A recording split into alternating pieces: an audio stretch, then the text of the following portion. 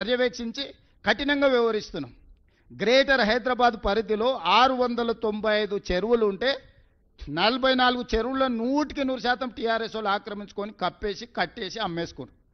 127 చెరువులు ఇవాళ పాక్షికంగా ఆక్రమించుకొని మొత్తాన్ని ఆక్రమించుకునే ప్రయత్నం చేస్తారు. ఇవాళ ఎందుకు హైడ్రా మీద విషం జమ్ముతుండ్రు?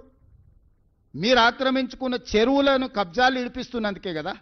బతుకమ్మ కుంట ఎవరయ్యా కబ్జా పెట్టుకుంది? ఎడ్ల సుధాకర్ రెడ్డి అని అంబర్పేట టీఆర్ఎస్ ఇన్ఛార్జ్ కాదా?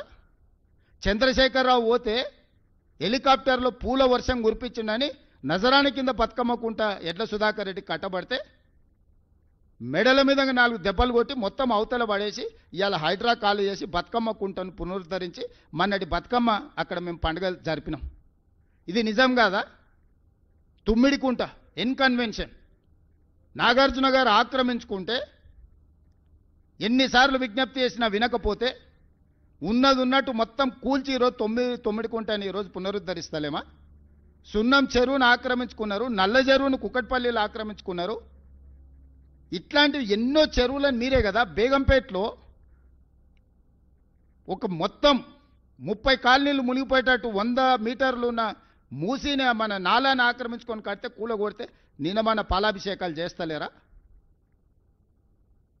ఈరోజు చెరువును ఆక్రమించుకుంటే తొలగించినము. చెరువులు ఆక్రమించుకున్న దాంట్లో పెద్దోళ్ళే కాదు, ఎవరైనా తెలియని అమాయకులు పేదవాళ్ళు ఉంటే వాళ్ళకి కొంత కష్టం వచ్చి ఉండొచ్చు. వాళ్ళకి డబుల్ బెడ్రూమ్ ఇల్లు ఇస్తామని చెప్పినాం, అధికారులను నేను పంపించిన. వాళ్ళకి ఏం చేద్దామో చెప్పండి, వాళ్ళని ఆదుకుందామని చెప్పిన నేను. ఇప్పుడు పేదలకు అన్యాయం చేయడం మా ఉద్దేశం కాదు. చెరువును పునరుద్ధరించి ప్రజలకు అంకితం చేస్తే ఎప్పుడు లేనని వర్షాలు. నేను సూటిగా మీడియా మిత్రులను అడుగుతున్నా. చిన్న వర్షం వస్తే హైదరాబాద్ అంతా మునిగిపోయేది, ఇండ్లన్నీ నీళ్ళలో కొట్టుకపోయేది, టీవీలు ఫ్రిడ్జులు మంచాలు పేదోళ్ళు ఏడ్చేది. ఈసారి ఎన్నిసార్లు 60 ఏళ్ళు 70 ఏళ్ళు 80 ఏళ్ళ కంటే ముందు కురిసినంత అత్యధిక వర్షపాతం ఈరోజు నగరంలో కురిస్తే ఏ కాలనీలైనా ముంపు గురైనాయా?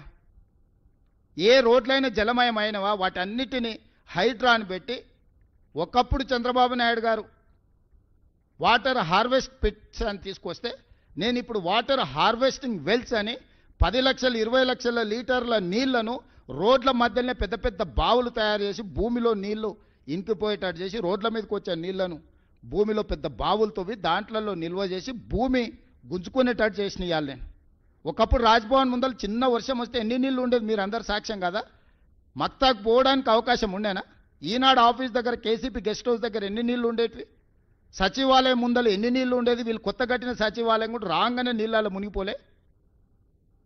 ఇవాళ ఎక్కడైనా ఇంత పెద్ద వర్షం వస్తే ఎక్కడైనా నీళ్లు నించున్నాయా?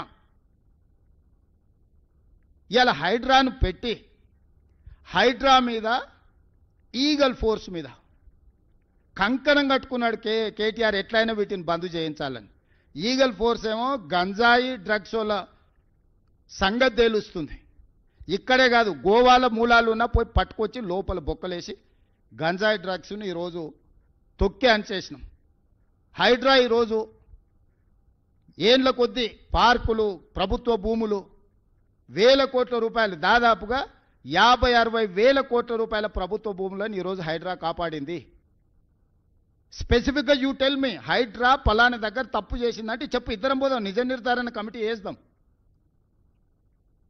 వద్దే వద్ద అనేది ఏంది అంటే పార్కులు కబ్జా కావాలి, చెరువులు కబ్జా కావాలి, నాలాలు కబ్జా కావాలి, హైదరాబాద్ నగరం మునిగిపోవాలి, నీ స్వార్థం నిండాలి, నీ అవినీతి సొమ్ము పండాలి. ఇదేనా జీవితకాలం? ఇంతేనా? ఎంత సంపాదించుకుంటావు? చివరికి సొంత చెల్లెలకు వాటా ఇవ్వాల్సి వస్తుందని సొంత